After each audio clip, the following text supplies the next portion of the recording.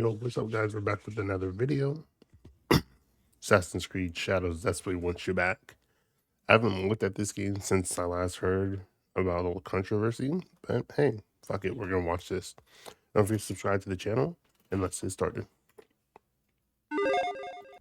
Ubisoft needs a win. 2024 was not a good year for them financially. It was the year that the many of their less than popular design practices, when all those chickens finally came home to roost. It was the year that everyone finally decided to collectively turn on the company, and honestly, justifiably so. Fans have been complaining about the state of Ubisoft's formula for years. Will you continue down that river? Or choose another path? But for whatever reason, we're now at the point where those complaints have finally manifested into mainstream disinterest. Ubisoft games just aren't selling like they used to, which is a big problem for an outfit as big as Ubisoft is. They need to sell big numbers to keep their international chain of developers working at max capacity, and those sales did not happen in 2024. It's one financial disappointment after another. Avatar, Frontiers of Pandora, Skull and Bones, Prince of Persia, The Lost Crown, Star Wars Outlaws, they all underperformed according to Ubisoft. And it's not necessarily that those are Damn, 4 big games underperforming. bad games. The Avatar game, surprisingly good. Prince of Persia, The Lost Crown as well. I mean, it was kind of unfair to expect what they expected there, but it's a great game. The less said about Skull and Bones and Star Wars Outlaws, the better right now, though. The situation has been so bad. They're actually considering a buyout or selling the entire studio to Word? Nah. That's crazy. whoever is willing to pay. A recent deal with Tencent fell through because the founders wanted to keep control of the company, and when you're owned by somebody, that's not how it works. So honestly, yeah, you can say there were some big problems with some of the games. You exclude Skull and Bones, and all the games I mentioned are decent games. You exclude Star Wars Outlaws, and well, they're actually very good games. Some of the best the studio's put out in years. They're finally starting to evolve their formula, but it's kind of too little too late. So with all that said, there's a pretty big question mark on top of the new game about the oath that murderers take. Hi folks, it's Falcon, and today on GameRanks we're going to talk about how much is riding on Assassin's Creed Shadows. A lot. I mean, this game needs to be a success. Assassin's Creed is their premier franchise, and well, Valhalla may have been responsible for a lot of fans giving up on Ubisoft in the He's not wrong. Valhalla was not that good of a game. first place. It was without a doubt a massive hit. It sold over 20 million copies and earned over $1 billion. That's a B in revenue. That game's success has been a double-edged sword. It made a lot of money, but I mean, for I guess, lack of a better way of putting it, it also just bludgeons you with sort of endless content. I'm using the word very deliberately here to convey what people think of the word content. I can see why, for a lot of people, enough was enough. It was a game where people were finally getting fed up with the Ubisoft formula, like, full-blown. The funny thing, I don't think Valhalla is bad at all. I think it's a good game. It's just really long. It's really All right, fair enough. It's not bad. He's right. He is right. It's just, he is right. It is long and bloated. And it's ultimately pretty formulaic. It wears out its welcome, I guess is the way to put it. To really enjoy Valhalla, you have to play it until you're sick of it, and then put it down for like a week, and then play it until you're sick of it, and then put it down for like a week. And you're going to do that at least twice. You're going to put it down for a week at least twice while playing it to really enjoy the game, which is not good. The game was an endurance test. It did not do enough to advance Assassin's Creed as a series.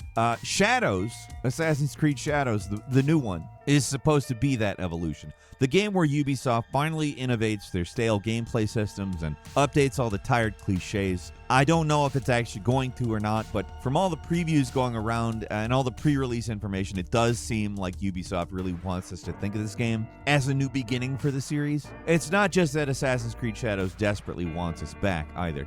It needs us back. The future of the entire company is riding on this game. It has to make a splash or else. And See, it doesn't look bad, but when there's a I'm very hopeful because this is an Assassin's Creed game, and I really like Assassin's Creed games. certain desperation around the release of this game that you usually do not see from Ubisoft. They pushed it back to March 20th in order to release the game with no competition. They're offering DLC with pre-orders. They're finally releasing day one on Steam again. the things the old Ubisoft would never do. They knew they had your money, where they were 100% confident in their success, so they released their games whenever they wanted, wherever they wanted. Expensive DLC passes be damned. In this new punished Ubisoft era, they're actually doing things people like, and while it's clearly all from a place of desperation, I mean, it's nice to see somebody learning the lesson. There's 100 different things I could point to right now of people who just refuse to learn the lesson. Just do what people want you to do and it'll work. So, I mean, to some extent, we do have to look at this as an aberrant situation. Desperation or no, I don't really care why. They're doing what we want them to do, at least. So let's at least hear them out. One thing they're trying to do is show they're pretty serious about PC support. On top of just straight up releasing the game on Steam day one, they recently put out a trailer specifically to show off all the PC support features, including the stuff you'd expect, like access to all the AI upscaling tools and ray tracing features. But they also mentioned stuff like built-in benchmarking tools and a wide range of support for low and medium-end systems, meaning optimization, perhaps. I don't know. We'll see. But another highly requested feature that's finally in Shadows is an immersive mode where you can set it so that characters actually speak their native language. 奪われてもならぬ約束しろ約束する It's just an option. Default's still English or whatever your local language is, but it's a welcome feature. I'll probably play it in English, if I'm completely honest, at least the Same. first time. Assuming there's a second time, I'll probably go through with immersive mode. But for AC fans, Shadows sounds on paper like the game we've all been waiting for. A game set in Japan with more complex stealth systems and more visceral combat. It promises an immersive open world with things like changing seasons and a focus on actual investigation, where you don't just find your target simply by following a series of linear quests, but actually searching the world and discovering things naturally. On Word. Okay.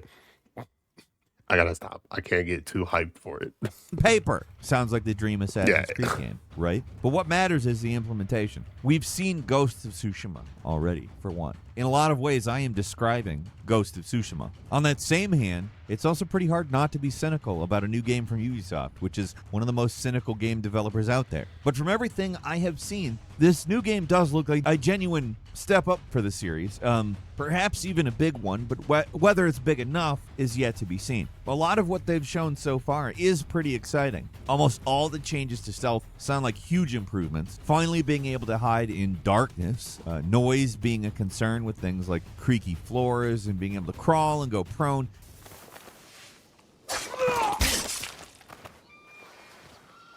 It's all very was sick, I'm intriguing, not gonna and these are long requested changes. You can put out lights like in Splinter Cell, or even just stuff that existed on PlayStation and Nintendo 64. I don't know why Oh, so you can. That's actually pretty cool.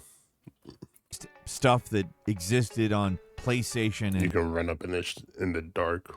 Nintendo get 'em. 64. I don't know why, for whatever reason, you can't put lights out. I don't understand that. I like that you're going to be able to do it here, though. There's servant NPCs. They'll run and call guards if they see you. It all sounds a lot more complex. And even, like I kind of mentioned, old school. Like, there's stuff here that reminds me of, like, PlayStation 1 and 64 to PlayStation 2 and GameCube era stuff. I like that. Combat looks more intense here, too. They're clearly taking inspiration from, and I mentioned this already, the more fast and brutal fights of Ghost of Tsushima. I do kind of think they realized they were out Assassin's Creeded by that game. But they aren't just trying to, copy that. They're also giving us a much wider array of weapons to play with, which potentially I think makes that fast That's and brutal good. combat a lot cooler sounding. The thing a lot of people still aren't Oh, entirely no. sold on are the split protagonists. There's Naoe, the shinobi, and Yasuke, the samurai. Naoe basically plays like your old school AC protagonist, where he's sneaking around rooftops, sneakily stabbing people. Well, Yasuke is a big bruiser who sucks at stealth, but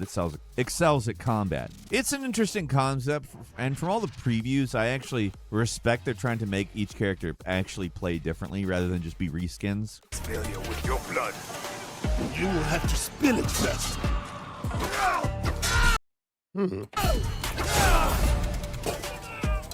But also Yasuke, the sort of big bruiser style, it makes the game sound less interesting mechanically. I don't know that that's the truth, of course, but Naoe gets access to all the cool ninja tools, like a grappling hook. She can run on walls, hide in tight spaces, all these interesting tricks.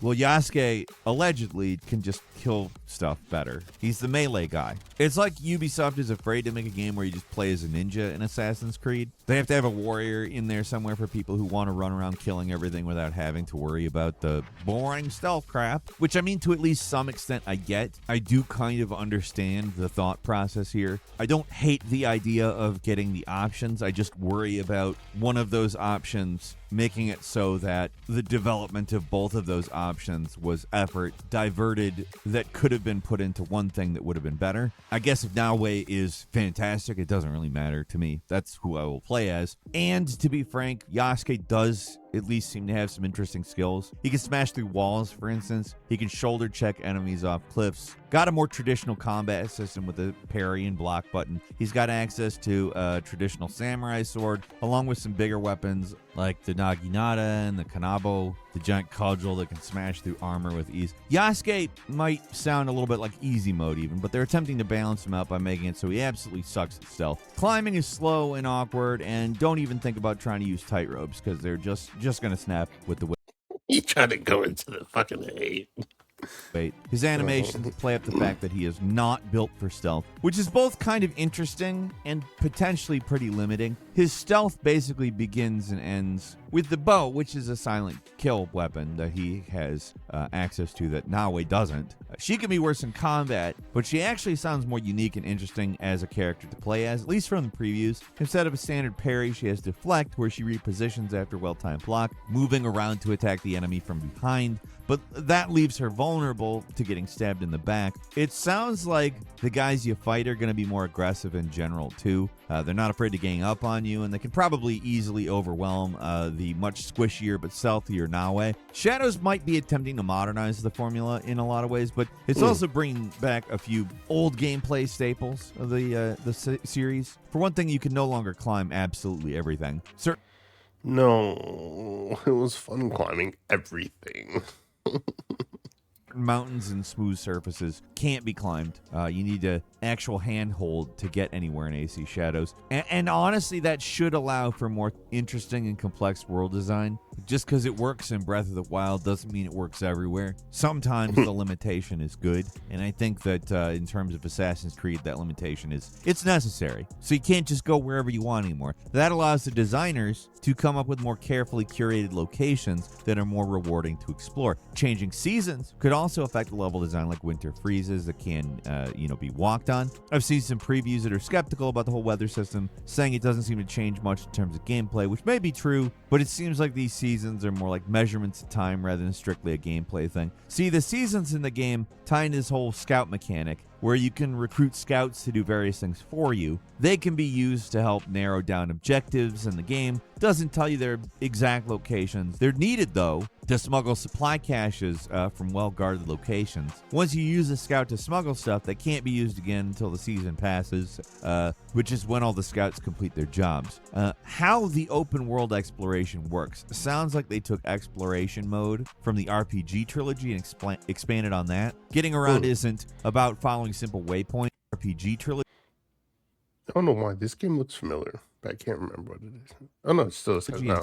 Expanded on that. Getting around isn't about following simple waypoints. You're given descriptions of where to go, or you might need to find clues to direct you to the proper area to continue. It sounds like you'll almost always have access to all the clues you need to get the targets, or just uncover a point of interest. But you can also send scouts in the world map to find things for you. The more scouts spent, the larger radius of the area searched. Resources the scouts can collect can be used back at the hideout, which is a customizable location. You can build structures that boost your characters or unlock new features, sort of like the Ravensthorpe from Valhalla, only you can control where the buildings go, and you can design and decorate the place as much as you want. Another big change is that they're finally removing the bird drone from the RPG trilogy. It was an impressive graphical flex in Origins, but it was so powerful there was never any reason not to use it, and actually going around marking everyone was slow and tedious. It made the first part of sneaking into any given location a chore. You had to hunt down and mark everything. Shadows removes the system and replaces it with Observe, which is the same thing, only a little weaker. Serves the same function, marks points of interest, and flags enemies, but you're stuck on the ground to do it. And specifically, Yasuke's version of it is more limited. He can only mark a few guys, while Naoe gets extra skills, like being able to mark enemies through walls. The biggest concern with Shadows is if all these changes are actually enough. Some of the previews I've seen make it sound like this plays mostly the same as the old entries, and maybe that the stealth mechanics don't really shake things up enough. I've read other previews that are a lot more glowing and appreciative of what's going on in Shadows, so right now it's really hard to say whether Ubisoft actually turned things around here or not. A lot of the features do look suspiciously similar to previous games. Loot appears to be random again. The investigation system seems very similar to Hunting the Order from Valhalla, and there's still tons of resources you have to collect to upgrade. There's experience levels and assassinations that can fail, like in recent RPG games, and if you're not high enough level, it looks like you only do partial damage. I saw you coming. When attempting to use stealth kills. A lot of what we're getting here looks very similar to what we've seen in other Assassin's Creed games in terms of controls and the basic gameplay loop, but with more options for stealth, more complex levels, and improved combat. It has the potential to be the best Assassin's Creed game yet. Like, Hunting the Order from Valhalla doesn't necessarily have to be bad. Like, certain contexts could make that mechanic good, or at least better than in Valhalla. It's not like it was terrible in Valhalla or anything, but I think the context really does have a lot of effect, and I'm not sure I'm sold on the split protagonist entirely. The story kind of looks, from what we've currently seen, a bit bland and uninteresting. There is potential, I'm not going to lie, I can see that in terms of narrative. It's just I'm not sure we've seen it. I'm not looking forward to the damn Animus Hub. We're already stuck with the crappy Ubisoft launcher on PC. I don't understand why we need another piece of bloatware to get between us and playing the game. I know Ubisoft wants to upsell this concept, but I don't care. It sounds stupid and pointless no matter how they try to spin it. Yeah. Anyone who's gotten the opportunity to experience the joy of trying to play a Call of Duty game knows how absolutely awful these kinds of unified launchers can be. They just make trying to actually play a game more annoying. Like trying to quarantine off the modern day storyline bits into this thing makes the modern day story stuff even more inconsequential. This is one idea that really should have been jettisoned with their plans for whatever Assassin's Creed Infinite was originally going to be. Maybe by some miracle the Animus Hub won't be absolutely terrible and it'll just be unnecessary. But with so much riding on this one game's success, trying to force something that nobody wants into the package seems a little counterproductive. But that's Ubisoft for you. It seems like they're incapable of just doing it right. Even if all the signs point to the game being good, they gotta throw in some bullshit. It's disappointing because otherwise everything else about Shadows looks and sounds pretty promising. A longtime fan of the series who both likes the game and is well aware of the flaws, the many varied flaws. It's possible Shadows could be the revitalization of the series that it needs. The developers behind Assassin's Creed Shadows really want to bring fans back.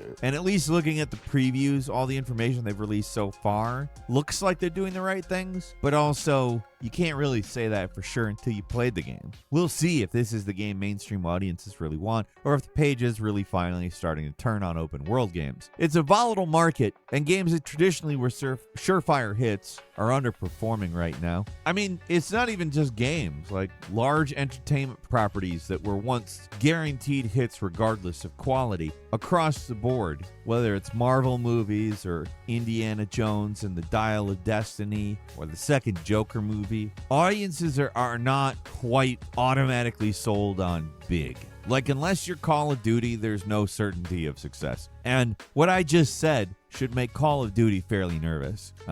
Assassin's Creed Shadows could turn out to be a good game, even a great one, but it still might not be enough to turn Ubisoft's fortunes around. For me, all I really care about is good games. The business aspect of this is a curiosity and something interesting to follow and talk about. But for me, ultimately, I would rather see a struggling Ubisoft make a great game over a dominant Ubisoft making a bunch of mediocre slop. At this point, we don't know exactly what Shadows is going to be, whether that is a great game or, unfortunately, the possibility of it being mediocre slop is there. but they definitely want the game to be a success, and we'll see if they pull it off. Either way, you can just use Ubisoft Plus. It's on there day one, and that's a whole lot cheaper than actually buying the game, so if you're curious, just do that. That's all for today. Leave us a comment. Let us know what you think. If you like this video, click like. If you're not subscribed, now's a great time to do so. We upload brand new videos every day of the week. Best way to see them first is, of course, a subscription, so click subscribe. Don't forget to enable notifications, and as always, thank you very much for watching this video. I'm Falcon. You can follow me on Twitter and book me on Cameo at Falcon the Hero. We'll see you next time right here on Game Ranks. This No, it's not. Shadow Sideman. That was a good video. If you guys enjoyed, don't forget to subscribe to my channel, and I'll catch you guys next time. Peace.